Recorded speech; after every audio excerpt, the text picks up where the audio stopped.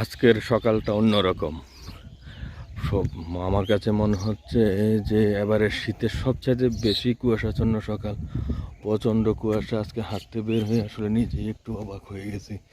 এত কুয়াশা, বছরের সেরা কুয়াশা পড়ছে, অনেক কুয়াশা। বাট ভালোই লাগে কুয়াশা, ঠান্ডার মধ্যে হাঁটতেছি তো গায়ে এসে কুয়াশা মোটামুটি ভিজিয়ে দিচ্ছে। তো সেই বছরের সেরা কুয়াশাটা ভালোই উপভোগ করতেছি। হাঁটতেছি, দেখি হাঁটি, কুয়াশা ভিজতে থাকি আর হাঁটতে থাকি, আলহামদুলিল্লাহ।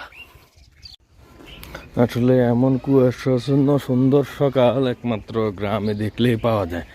গ্রামে আসলেই এত কুয়াশাচ্ছন্ন সকাল পাওয়া যায়, এত সুন্দর দৃশ্য দেখা যায়। আর হচ্ছে যারা সকালবেলা হাঁটতে বাইর হয়, হাঁটে, তারা এমন দৃশ্য দেখতে পারে।